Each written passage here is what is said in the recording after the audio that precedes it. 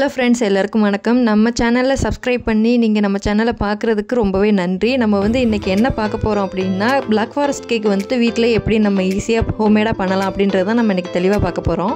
Cake vanilla கேக்கு நான் already upload பண்ணியிருக்கேன் sponge. நீங்கள் சாக்லேட் ஸ்பாஞ்ச் வேணும்னா சொல்லுங்கள், அதையும் அப்லோட் பண்ணுறேன். இப்போ நான் எப்படி கேக்கை ஐசிங் கொடுத்து நம்ம ஒரு கேக்கை மேக் பண்ணுறதுன்றது தான் இதில் தெளிவாக நான் சொல்லியிருக்கேன்.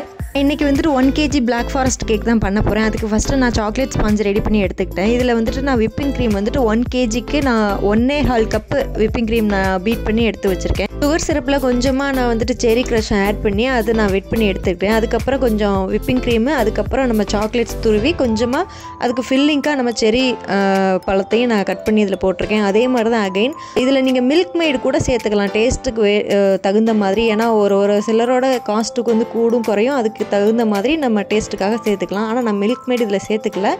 நான் ஃபில்லிங்காக கொடுத்தது சாக்லேட்டு, அப்புறம் செரி க்ரஷ்ஷு, அப்புறம் செரி பழம், இதை தான் சாப் பண்ணி நான் கொடுத்துருக்கேன். பிளாக் ஃபாரஸ்ட் கேக்குக்கு ஆக்சுவலாக இதான் கொடுப்பாங்க.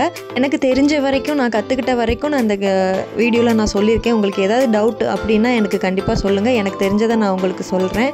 பேக்கிங்கை பொறுத்த வரைக்கும் பிகினராக இருந்தீங்க அப்படின்னா கண்டிப்பாக ஸ்பாஞ்ச் நல்லா கற்றுக்கங்க. ஏன்னா ஸ்பாஞ்ச் நமக்கு நல்லா வந்துட்டாலே மற்றது எல்லாமே ரொம்ப ஈஸி, ரொம்ப சீக்கிரமாக எல்லாத்தையுமே கற்றுக்கலாம். ஸ்பாஞ்ச் தான் எனக்கு கொஞ்சம் டைம் எடுத்தது. அதில் நமக்கு கரெக்டான மெஷர்மெண்ட்டில் நிறைய ஸ்பாஞ்ச் பண்ணிட்டோம் அப்படின்னா கேக்கெல்லாம் அடித்து வீசிடலாம்.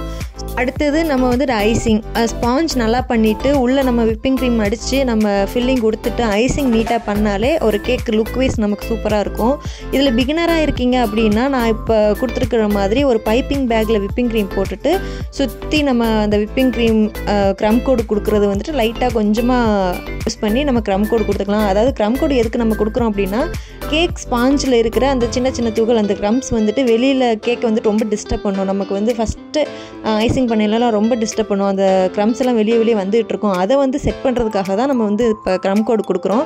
நான் பண்ணுற மாதிரி கொஞ்சமாக பைப்பிங் பேக்கில், ஏன்னா ஃபஸ்ட் டைம் நீங்கள் ஸ்பேச்சுலாலையோ பேலட் நைஃப்லையோ நீங்கள் க்ரீம் எடுத்தீங்க அப்படின்னா அது உங்களுக்கு அந்தளவுக்கு சரியாக வராது. அதனால் பைப்பிங் பேக்கில் போட்டு நீங்கள் சுற்றி இந்த மாதிரி கொஞ்சமாக க்ரீம் செட் பண்ணி எடுத்துட்டிங்கன்னா அது நல்லா செட் ஆயிரும். அதுக்கப்புறம் நீங்கள் மெயின் கோட் கொடுக்கும்போது சூப்பராக வரும். இதே மாதிரி தான் நான் பேலட் நைஃப்பில் தான் கொடுத்துருக்கேன். ஆனால் நீங்கள் மறுபடியும் என்ன பண்ணுறீங்கன்னா, அந்த க்ரம் கோடு கொடுத்து ஃப்ரிட்ஜில் செட் பண்ணி எடுத்ததுக்கப்புறம் மாதிரி க்ரம் கோடு கொடுத்த மாதிரியே நீங்கள் மறுபடியும் மெயின் கோட்டுக்கு க்ரீம் நீங்கள் யூஸ் பண்ணலாம்.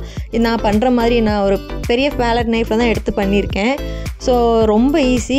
க்ரீம் இப்படி கொடுத்துட்டு பேலட் நைஃபை இப்படி ஒரு அதாவது ஒன் சைடாக அப்படி சாய்ச்சிட்டு நீங்கள் அப்படியே டர்ன் டேபிளில் ரொட்டேட் பண்ணி விட்டுட்டு இது மாதிரி நீங்கள் சுற்றி விட்டுக்கிட்டே இருந்தீங்க அப்படின்னா கண்டிப்பாக நமக்கு ஷார்ப் எட்ஜ் சூப்பராக கிடக்கும். கொஞ்சம் எங்கெங்கெல்லாம் கேப் இருக்கும், எங்கெங்கே கொஞ்சம் பள்ளமாக இருக்கும், அந்த இடத்துல எல்லாம் கொஞ்சமாக நம்ம க்ரீம் வச்சு இந்த மாதிரி செட் பண்ணி சுற்றி எடுத்துக்கலாம். சில பேருக்கு பிகினிங்கில் உங்களுக்கு ஷார்ப் எட்ஜ் வரலை அப்படின்னா ஒன்றுமே கவலை வேணாம். நீங்கள் ஸ்க்ராப்பர் வாங்கி வச்சுக்கோங்க. ஸ்க்ராப்பர் வாங்கி வச்சிங்கன்னா அப்படின்னா சூப்பராக உங்களுக்கு அந்த ஃபினிஷிங் சூப்பராக இருக்கும்.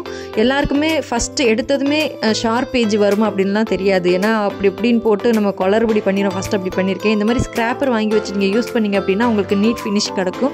ஃபஸ்ட்டு நீங்கள் பிகினிங்கில் ஸ்டார்ட் பண்ணும்போது இந்த மாதிரி ஸ்க்ராப்பர் வாங்கி யூஸ் பண்ணிக்கோங்க.